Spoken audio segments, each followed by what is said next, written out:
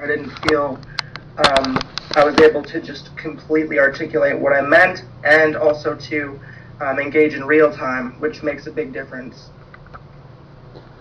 All right, I think I'm recording. Yeah, no, I mean it's true, and we've had our differences, and it's but you're hard to hate. So I mean, it's hard to maintain any kind of real anger, because I understand you're just kind of struggling with finding your own way through life. You're not being malicious about it, but I'm so focused on the end game that all I can see is defectors. I see one of my soldiers walking the wrong way, and I'm like, come on, fucker. we're do all this work and you're just gonna walk away? What the hell is that shit? Right. And my thing is, look, it's not that I walked away, it's that I had an evolution of thought, and I'm the type that is willing to take in new thought and idea. I don't believe that putting a wall of you've used the word dogma many times. I just think you have to be careful when you're dealing with some kind of concept as antinatalism, not to become dogmatic without even realizing it. And so that brings me to the first two things that I wanted to come at you with, which were the concepts of altruism versus self-interest. And I think that you contradict yourself many times with these two themes, and I want to just give me 1 minute to just explain what I mean by that. On the one hand, you're saying you're trying to make an argument. So what you're trying to do is convince people to your way of thought. You can do that through altruism or self-interest. When you're trying to do it through self-interest, you make it sort of seem like you're arguing for reincarnation, because that's the only way that you should be self-interested in wanting to pursue antinatalism, is if you truly believe you are coming back. It's then a self-interest. If you can't use that, and you don't think that reincarnation is real, then you don't use that. You use altruism. So you shame people. You say, "Oh, you fucker, you suck," because you don't. You shame them. And when you try to do that, you kind of lose, because you're then relying on the other person's heart or their kindness to empathize with your point, and that's a difficult road to climb. So I just wanted to ask you to just maybe respond to that. Yeah, I don't think it's that hard a concept. I mean, I've been over it a million times, but I'll go over it one more time. I'll start from a different approach. I'll start from the approach that I separate my feeling brain from my thinking brain. Okay, so I'm saying, okay, I have this ability to do logic. Okay, now, what should my logical, intelligent computer do in the world? Okay, I'm saying I don't possess it anymore. It's an independent agent. I'm giving my intelligence its freedom. And so it goes above the game board, and it says, well, I'm gonna see that Gary isn't any better than any of the other jackasses roaming around. It doesn't matter whether Gary has a broken leg or Joe Smith has a broken leg. It doesn't matter who. It just matters that suffering is going on. So the enemy is suffering to my intelligence. My intelligence doesn't say my suffering. It says any suffering. It doesn't care. Adolf Hitler's suffering. If Adolf Hitler has a toothache, it's Adolf Hitler it's a human being with a toothache. And then my intelligence says, well, wait a minute. It's not just about human beings. It's about any sentient creature that's enduring pain or suffering that you would pay $1 million to avoid. So now the game is even bigger. So my intelligence is saying, well, the whole game in the universe, the only thing that matters in this whole stinking, lousy, crappy, shitty universe is this capacity to consciously experience suffering. And so there's the altruism. The altruism isn't like some kind of empathy. It's a friggin' logical equation, and my brain just reaches the conclusion that I'm not the center of the universe. I'm just one pawn. All the other pawns are equal to me, if I'm going to really truly believe that. And that's what I mean by reincarnation. It's how did I get here? Okay? I didn't get here through some special sauce. I got here the same way everybody else got here. Okay? There was some special sauce. Well, it wasn't that special, is what I'm saying, okay? It was the same jizzy crap that spewed everybody into existence. So what I'm saying is what's the difference? If the fundamental mold is the same, I mean, I'm a mammal. I could say I'm not even a human being. Why make that distinction? Why make the distinction between black and white, or male and female, or ugly and pretty? Or why make any of these damn distinctions? And then why make the ultimate distinction? Why make a distinction between me and every other mammal? Because all they lack is my intelligence. They don't lack my capacity to fucking get kicked in the balls and say, oh, fuck, that hurt. Well, the reason that you would have to include the human aspect, and this is what you're doing, is you're going one level below the game board, and you're reducing it just one level too low, in my opinion, because there are a lot of things that you're ignoring then that come into play when you're making an argument and you're trying to convince others of this truth that you see. So there's a problem there. When people hear this, they're not going to see that grandmama is less valuable than Gary. You know, they're not going to put your life ahead of grandmother's. They're just not going to do that. Well, where am I suggesting that? I'm not going to do that either, because I can see there's a lot of reasons that you're just ignoring that you would put one person above another. Well, why would you logically? Logically, you wouldn't. Logically, the only thing that matters is whether you're capable of feeling. And that's it. That's the only thing logic can find any meaning in my opinion. So I don't know why you're even... and again, I'm not lowering the game board. I'm saying the game board has been defined by human arrogance. The game is sentience. The game is not the ability to add 2 and 2 or to do trigonometry or to know Gucci bags are better than, you know, Sir Lon Ritzy Fitzy. Who the fuck cares, right? I mean, the only thing that matters is this commodity that's being consumed, and the commodity is suffering. That's the gasoline that runs the meaning engine in the universe. And so again, tell me how I'm wrong that that's not the only thing that matters in the universe. Well, you're wrong because you can't reconcile the fact that there's some people that take all of that into account and still want to play, and that is the part that you just can't get around. That's why I brought up altruism and self-interest, because those two concepts are directly relevant. Well, who's telling them they can't play? I'm telling them they can play all they want. What I'm saying is that nature doesn't give them a driver's license. Just because they can reproduce, that doesn't give them authority. Just because I can make a fist doesn't give me the right to shove it in somebody's face. The fact that I can reproduce doesn't mean I have a right to reproduce. Okay, so we're talking about reproduction here. We're not talking about their own ability to live out their life. So again, that's not the argument. I'm not imposing on them. They are imposing on me. I want to address that by bringing up Jack Kevorkian, because I know that you love the guy, and so do I. But the difference between you and Jack Kevorkian, or you and even Jim Jones, is just the fact that these people have taken direct action in real time to make some kind of meaningful difference. And the reason they thought that was not because they had some logical idea that everyone is just equal, so it doesn't matter what action I take to help one person. It's just a little bit...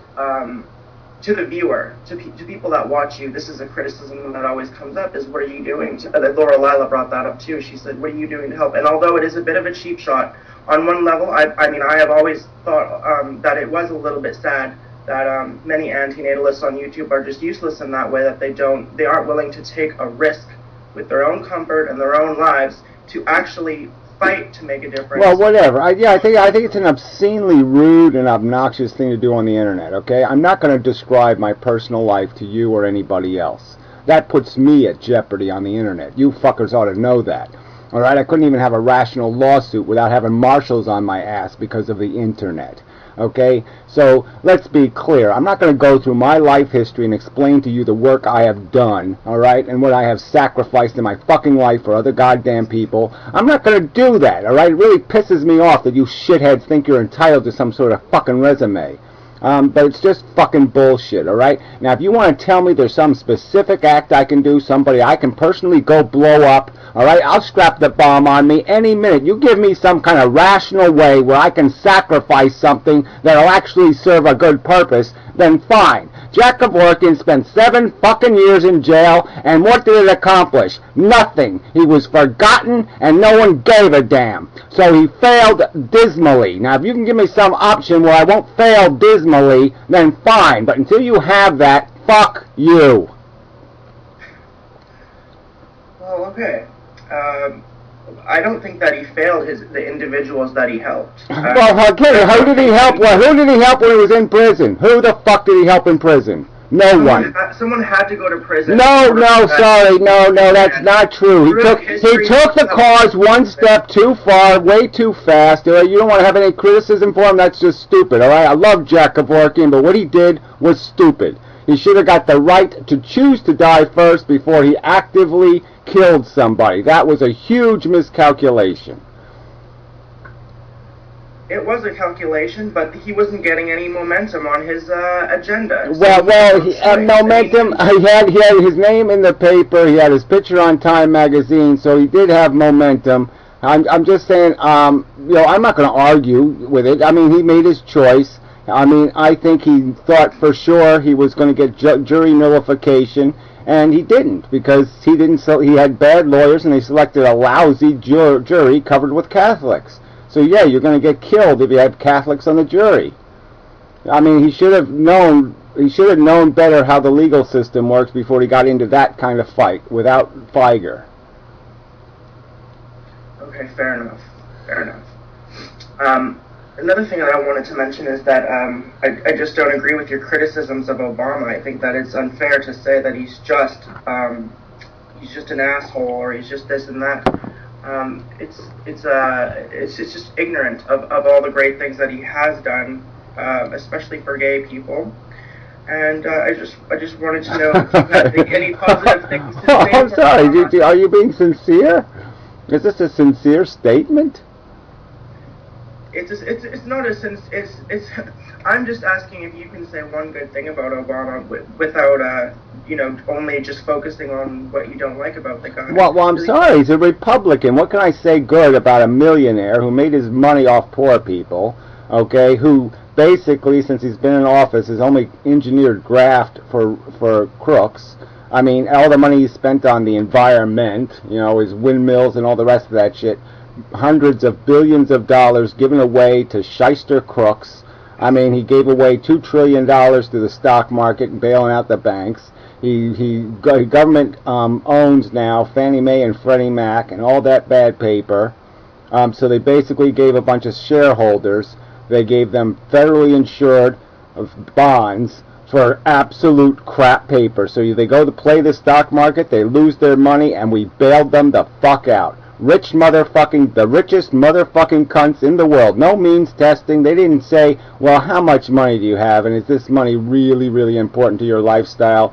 No, no means testing, no nothing. Just said, okay, you lost your money, here's your money goddamn back. You get to play Vegas for free, all right, because you're a billionaire. What the fuck? What am I supposed to say good about that? That's not a Democrat. That's not a progressive. That's motherfucking Ronald the goddamn Reagan. And he even said it again. He said we should, to save Social Security, we should do another Reagan-Moynihan bullshit deal. That bullshit deal in the past cost payroll taxpayers $2 trillion of money they had to pay in advance, while the richest cunts in the world were getting tax cuts. So at the very time the richest people in the world were getting tax cuts, payroll taxers had to pay extra money for future liabilities. So they had to pay the money up front, taken out of their check. They never even get to see the goddamn money. So the richest people in the world could get tax cuts. You want to tell me that motherfucking cunt is a Democrat and I should like him for any reason whatsoever? I shouldn't like him any more than I despised Ronald Reagan. He's voodoo economics. He's a motherfucking anti-progressive. He's a goddamn curse on the Democratic Party. And the fucking Democratic Party is dead to me because of it. I'll never vote for another motherfucking cunt Democrat.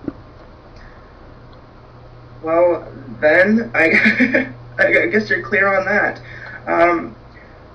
Do you believe that incremental change makes any difference? For example, do you think that if, like, the death with dignity laws, there's one in Massachusetts on the ballot this election, if that passes, is that an improvement, or is that... Well, I guess they're steps backwards because they're never good enough. They make people think we have changed the law when we haven't. It's like medical marijuana. All right, it doesn't solve the problem. It's not a solution. And then people think, well, we solved the marijuana issue because we gave medical marijuana. Well, you didn't solve anything. It's just a waste of time. It's like the gay thing even. Oh yeah, we let you get married, but it has no legal consequence and you have no legal rights. You don't get to share your Social Security. You don't get to do any of this other crap. So what the fuck did you get? You got nothing, okay? You got this idea that you're married, but you're not really married. You're not married in any other legal sense except for the sense that what? Oh, you have to spend money to get divorced? So the only thing you get is the right to spend a fortune to get divorced, but otherwise you got nothing.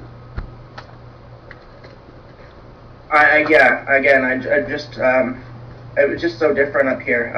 When we legalized gay marriage, you're able to have all the rights. So I didn't know that you guys had the sham gay marriage thing going on. Is there anything that you wanted to bring up towards me against my philosophy? I mean, I feel like it's such an awkward puzzle. Well, I just don't see. Like I say, the key ingredient is that first thing, the thing. I mean, you're just not getting it. That the reason why you're here is because no one stopped you from being here. All right, that's why you're here. And so, if you don't stop people from having you, you're going to be here again, so to speak, quote unquote. There's going to be somebody, and his name's not going to be exactly the same, and maybe he'll have, a different shaped anus. But it's the same general thing is going to go on. The same intellectual realizations, the same kind of conflicts. It's going to be able to fit into it's going to be round peg enough to fit into the goddamn hole. That would be a generic sense of you. I mean, you don't think you're 1 in 7 billion, right? I mean, let's figure it out. I mean, we're all not that unique. I mean, yeah, we're unique in that, I could put a little dot above my eye, and then I'm the only guy with a dot above my eye. But that's really not important, is it? So I know that there's millions, perhaps, of people who feel like I feel, who feel the same frustration, feel trapped, are afraid, or scared, or can't stand their existence. And how they keep getting here? Well, they keep getting here because nobody stops it. And I can't disagree with that fully. But I just have to say that yes, I do feel that not on a superficial level, just on the direct experience level, yeah, I'm one person. I'm completely separate from you, even though you and I share similar sentiments. It's, in terms of feeling trapped or imposed upon, but we both have different reactions to the situation. And yeah, just the fact that we are an individual consciousness that will only arise now, and when we're gone, we're not coming back. So our stake in the game, when it becomes individualized like that, it changes the perspective in a way that takes some of the weight off of the shoulders for the people that are arguing this. And I want to give them that, the ones that are listening. I want to just give them that weight off their shoulders if they think that they are responsible for preventing every person that may feel like them from coming here, because they're not. It's just. Well, they don't have to take responsibility for it. They just have to be conscious of it. Just like you have to be conscious if you're pouring dioxin into Lake Michigan every day. You have to be conscious of the fact that, well, man, maybe that's not a good idea. And if you have to be conscious of the fact that if there's this thing happening, slavery, and I'm a slave, and I just let the other slaves reproduce, besides the ones that the slave owner forces on us. Let's say they're other slaves are having kids, and I'm like, what the fuck are you doing? All right, I'm going to be one of your kids. What are you doing? You're just trapping people to do this perpetually. We're never going to be free if you keep creating slaves. All right, we're always going to be stuck here doing this cockroach game. I'm saying we know that we wouldn't make Martians, right? So the idea is we wouldn't make humans. So why should I advocate anybody? Why should I let anybody make them? I mean, just because I'm not making them, that doesn't solve the problem. It's anybody can make them. Anybody can press the green button, and they got to be stopped from doing it.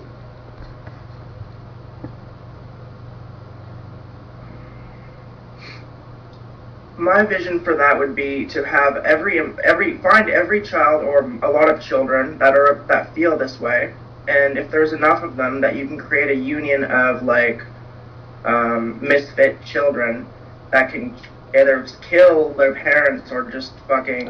Yeah. Well, I mean, sadly, that's what it might take. But just imagine how much trauma those individuals have to go through to kill your own parents. I mean, in hindsight, I'm saying, yeah, there was a period when I was like 9 or 10 that I was pretty psychotic, and maybe that's what I should have done. All right, but I didn't. So I didn't take advantage of my opportunity when I was good and psychotic to, hatchet the whole family. Yeah, well, I'm saying, you think I'm bad now. You wouldn't have known me. You wouldn't have liked me when I was 9, because, yeah, I would have cut your head off.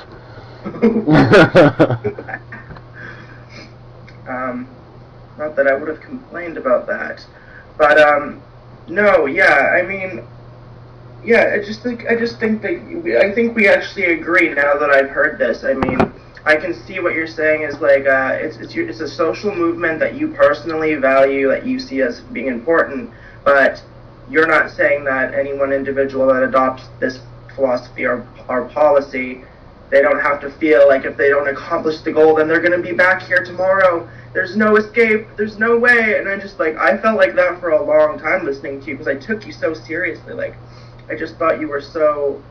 When I first heard this whole thing, it was like a mind explosion for me, because I never thought of the world in that way. And then when I started seeing it that way, it became very important to me, and I didn't want to come back here. I was like, if I'm trapped in this reincarnation bullshit, I've already been scared shitless by Buddhist ideas and whatnot that go in that direction. Now this guy, who is scientific and logical and all this stuff, is kind of talking like that. It just always bothered me, and I never felt that I had the chance to really... Well, I know, but isn't that what we're sort of living through, right? We're just the reincarnation of Schopenhauer or any other person that kind of fought through their existence, fought through the realization of how tarnished and ugly this circumstance is. So, I mean, you can imagine millions of them. Imagine somebody during the Black Plague and the whole family gets wiped out, and they got no money and they got no nothing, and they're just saying, what the fuck am I doing here?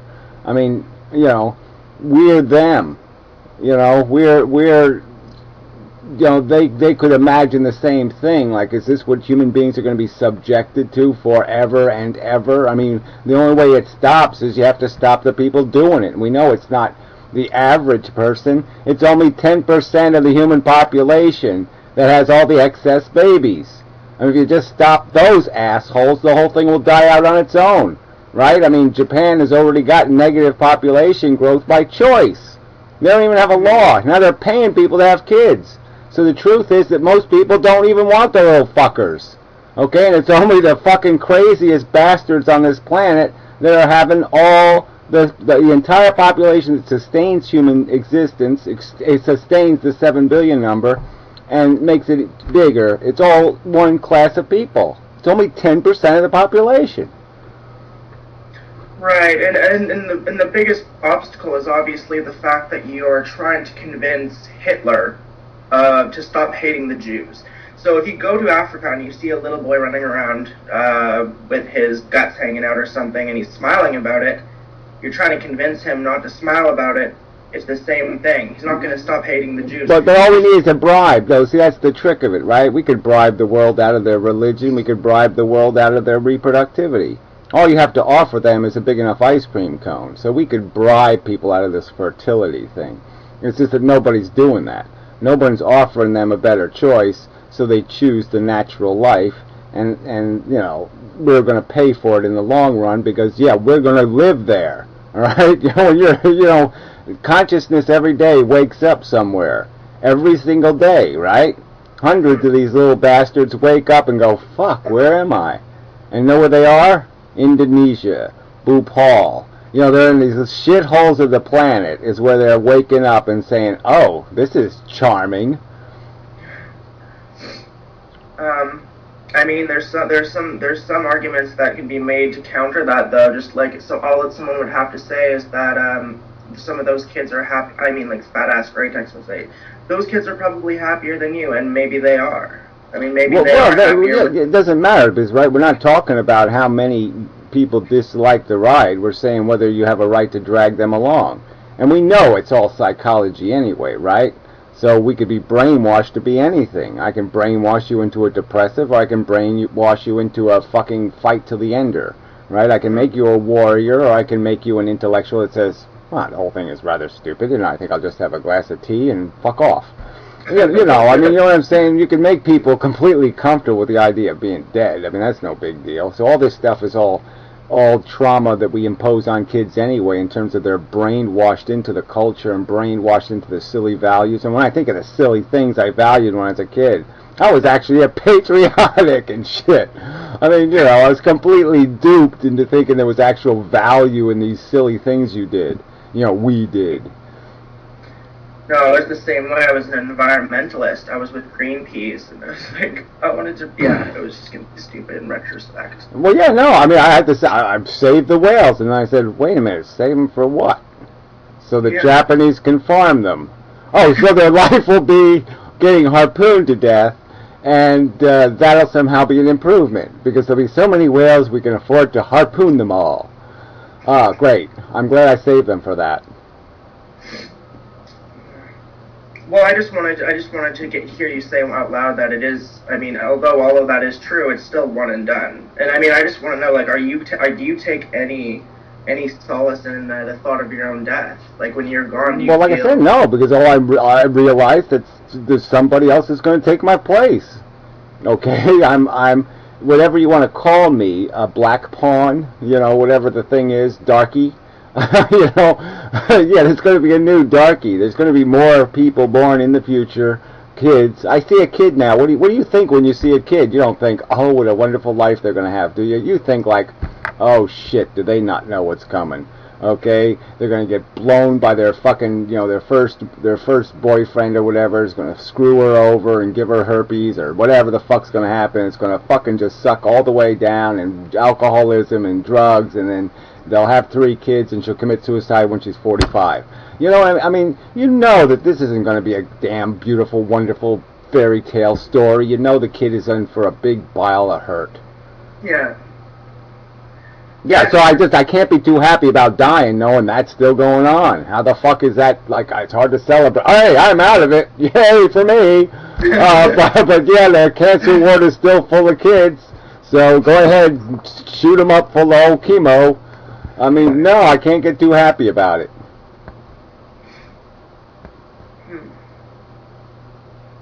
Well, I feel like an asshole, but I want so badly to take comfort in the thought of getting out of here and just not it having to be my problem. Like, I want other people to feel that they have that choice to say, okay, no, I don't want this place to be my burden, and I don't want it to be guilt. I don't want to feel even guilty because it's not me that's caused all this. I never asked to be brought here.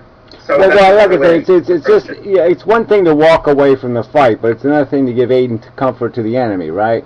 So I guess that's where I would draw the line. It's one thing to say, I'm not a soldier, I just can't do it. I know it's a good cause, but I just can't soldier, okay? I can understand that, I can appreciate that. But if you walk to the other side, and, you know, you're giving Adolf Hitler a cup of tea and saying, now, there, you're having a bad day, it'll all be okay. I mean, well then, fuck you, okay? So, if you're giving aid and comfort to the natalers, or you're supporting people in their own actualization of their little personal life, well, fuck that shit. I don't mind saying you can't handle it, but I really hate saying, yeah, because you can't handle it, that means the other side needs comfort or something. I mean, I'm just saying that's where I draw. I still have to draw my battle line, okay? So you don't have to help me, but don't hurt me. Okay. No, yeah, I mean, I hear that completely. So I think that's all well understood on my end. I'm just glad, I mean, I feel better after this conversation, just because I wanted to kind of have a final resolution with you on some of these so-called disagreements. Yeah, well, like I said, I guess I'm always going to be anti this nihilist word. I'm always going to be anti anybody who says selfishness is the way to go, okay, because it just doesn't fit in as a logical statement to me. It doesn't make any sense, because I'm always going to see the game board as pawns. I'm always going to see the game board as a bunch of pieces stuck in the same circumstance, and it's not about any one piece, it's about the game, and it's about the fact that all the pieces fall off the board in the end anyway. Alright, that's all the game does, is knock pieces off the board. There's nobody who wins this game. Right, and I mean, I just can't mirror that sentiment because I have personal, I just get caught up in the personal thought process of hating, like, if I'm thinking my dad is equal to somebody, like I hate my dad, so I don't want my dad not to suffer. I want him to suffer as much as possible. So. Well, I know, but you do know that's just emotion, right? I mean, like I said, I can still hate people. I still rant. I do it on the internet even. I say things that are kind of just preposterous. But the point is, you can still hate. It's just when you're doing philosophy, you acknowledge the truth, okay? And you just say, yeah, I'm just being an emotional asshole, okay? It's completely subjective, completely personal, and it has to do with the fact that they did it to me. If they did it to somebody else, I would be like, oh no, they just need rehabilitation, blah, blah, blah, blah, blah. No, you fucking raped my sister? No, I'm sticking a steel rod up your ass. I'm going to use you as a little pogo clown on a stick. Okay, I'm fucking you up, bastard. All right, and I know that's personal. Yeah. Oh, yeah, okay. So I'm just saying, you can still be an emotional asshole. I'm just saying you can't combine your emotional character with your philosophical knowledge. You have to separate those two things. You say, look, I'm an animal with an intellect. I'm going to behave like an animal sometimes because I need to, all right? But I know I'm an animal. I know I'm an asshole. I mean, I'm not going to pretend my emotional self is the good guy. No, he's an asshole, all right? The best part of me is my knowledge, my intellect, my capacity to do logic. That's the brilliant guy. Yeah. All right? He just doesn't get a boner, so he's no fun. Yeah, no. I mean, the last thing that I wanted to just bring up is the love thing, because you had commented on some of my videos on that topic.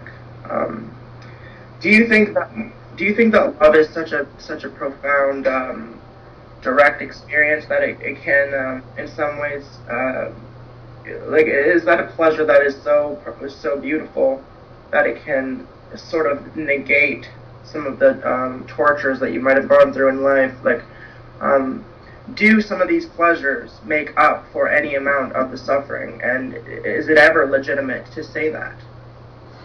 Yeah, well, I think the seduction of it, the power of it is there. Beauty is my definition of love anyway, okay? I mean, love is just an expression of beauty in a sense, for me anyway. It's an aesthetic thing mostly, and it's sort of like the aesthetics of beautiful words even. You know, can be lovely and all that kind of crap. And it's just this idea of it. You know, but we know it's an idea, again. We know it's just a perception, and that this is the carrot. We know we're frickin' carrot whores. Okay, we chase this shit. And you can feel yourself being gamed by it. Alright, so I mean, having had it, I can say it's great when you're in that moment, when you're there, when you're complete. But you don't get to stay complete.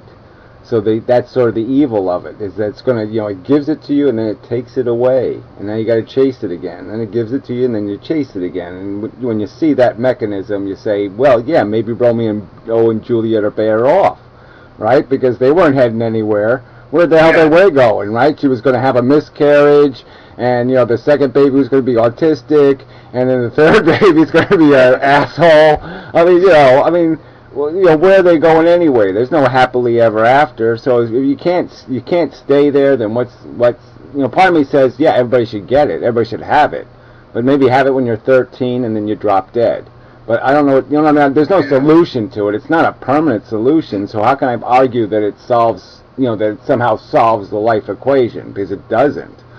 You know, it just ends up. I definitely feel you on that. I mean, that this whole complete thing is hard to find. Like, I'm sure if you got with Christine, I know you're known to love Christina Applegate. I think if you got with her, then you would say, well, it's not going to get much better than that, so kind of done. And I think once you have that sense of done, then life becomes... Yeah, I mean, I think I could do a good 3 years, okay? I could pretend for 3 years and just say, yeah, this is good. And then you say, okay, that's probably it's the life of the thing, you know. Yeah. But yeah, I mean, you know, look, you always get, like, it's like hunger. You always get hungry again. Every day it happens to you, you get hungry again. So yeah, this love thing's tied to the sex thing and tied to the whole, you know. But like I said, you can see it gaming you. And I honestly can say I don't know whether you're better off having it or not having it. You know, because they're both not perfect states. They're both flawed states to be in. And having it, you know what it is to lose it. You know what it is for it to be missing it. You know what I mean? So, you know, but like I said, I mean, it's, Yeah, good stuff is good stuff, but it's not real. All right, and the pain and the suffering is. You know, this stuff just doesn't have any way. Like I said, if I was at the store and I'm going to buy my way out of a horrible chemotherapy death, or I'm going to have love, I'm buying my way out of chemo. You know what I'm saying? Give me toast with no jelly on it, all right? And I'll give me nothing harmful, and I'll take it, all right? I don't want the damn dessert if the price is the snap trap. Yeah, and I mean, pain can free us from that whole desire trap. Because when you're in enough physical pain, like, you don't have time to think about any pleasures. You're not thinking about any pussy or any gambling, because it's just like, oh my god. There's no, like, the pleasure receptors are shut down when pain is overwhelming. So in one sense, pain is helpful. It's useless. I mean, as an absolute. Well, it gives you the understanding, though. Yeah, it gives you the understanding of what it's like to be non-hungry. You know what I mean? Because it takes the hunger away. Yeah. And then, so it gives you this knowledge of, well, I know what it is not to be hungry now, and it's not so bad. Pain is bad, but not hungry isn't necessarily bad. And it was only the fact that I was dreaming of, okay, I want the Lamborghini, I want the this, I want the that, and I wasn't thinking, no, all I need to have is the perception that I'm doing okay. And as long as I have the perception in my head that I'm doing, I got it, oh yeah, no, I'm doing really well. It's only my ego that says I need Christina. You know what I'm saying? Yeah. My ego should say, all I have to do is change the mindset, and then I'm satisfied. Like I said, if I make myself a starving man in the desert, my toast and water is going to be really good. Yes. I mean, because when we were kids, we never, well, maybe some of us did, but I don't remember ever having any thoughts about sex or drugs, or never having that need. So when the need came, and then it just became an established need, and that's the development of ego as you get older. Then you become more entrenched in the whole game, and it's just funny you just forget enlightenment. And I don't mean that in an airy-fairy sense. I mean that with the way that we're talking about it here. It's an enlightenment to experience pain and to see a possibility of not needing. And I think that's really, that's the profound good thing about pain in one sense. Well, it makes it more obvious. It just makes it easier to see what I'm seeing. I mean, it's hard to convey it to somebody else, but it makes it really easy to see how, oh yeah, what I'm chasing really doesn't, it really does make it obvious that it's a Cheeto. That all this crap is over. You're chasing a damn Cheeto, asshole. And you're doing it at this huge risk. So you're saying, why would you, it's like Conference Report rolled dice in his last video, over cutting one of his fingers off. So he rolled 5 dice, and he says, it comes up 5 5s, I'll cut one of my fingers off.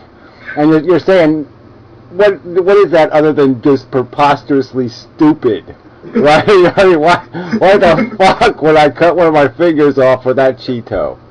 This guy's the guy that runs around naked in a bunny suit, though, so... Well, that I can understand. Cutting fingers off, that I don't get. For the roll of a dice, to make a video point on YouTube. Yeah, I'll risk one of my fingers for that? No. but Yeah, well, I mean, I've loved talking to you, and I've got to go to class, so we'll just probably end it here. I don't know if there's any final words or anything. Yeah, well, we'll just say we did this at your request, and so just so when you booby trap on me again, or when you do whatever you're going to do, your Jekyll and Heidi Jekyll thing, I just wanted to know, hey, he asked me to talk to him, so... No, I don't feel like that. I don't feel like it was a Jekyll and Hyde. I just feel like it was an inefficient way of dialogue, or method of dialogue that we had. And I'm glad. It's meaningless to you, but I feel a lot better after this. Well, see, you just said something again. It's meaningless to me. You've always given me this short shift, like somehow. Why would you say it's meaningless to me? I guess that's my assumption. Well, I'm just saying, that's your hostility. See, I'm just saying, I was never hostile to you.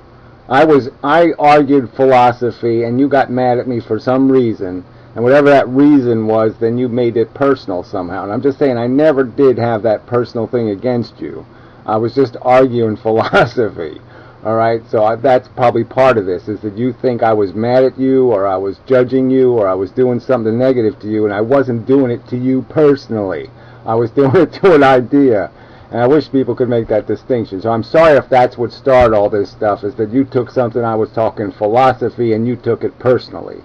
Because, I did, yes. And I did, yes. so maybe that's the problem. So just let go of all that, and if you got some crap, just let it go, because I've never had a malicious thought towards you, or a negative thought, except in the middle of, like, when you're calling me an asshole and a cult leader and all that shit. But I'm just saying, outside of those moments, I'd never had negative thoughts. And that was just childish internet drama on my part, so I mean, I admit that. That's just 5-year-old antics on my part. Good. All right. So, okay. Thank you. Learn shit and whatnot. Okay, whatever that is. But yeah, I can do one of those. Pound it. Yeah, you're the second hottest redhead after Prince Harry, so yeah. Keep it up. We got some standard. One of those princes the other. Yeah. All right. Anyway. All right. Until the next time and such. Yeah, see ya. Okay.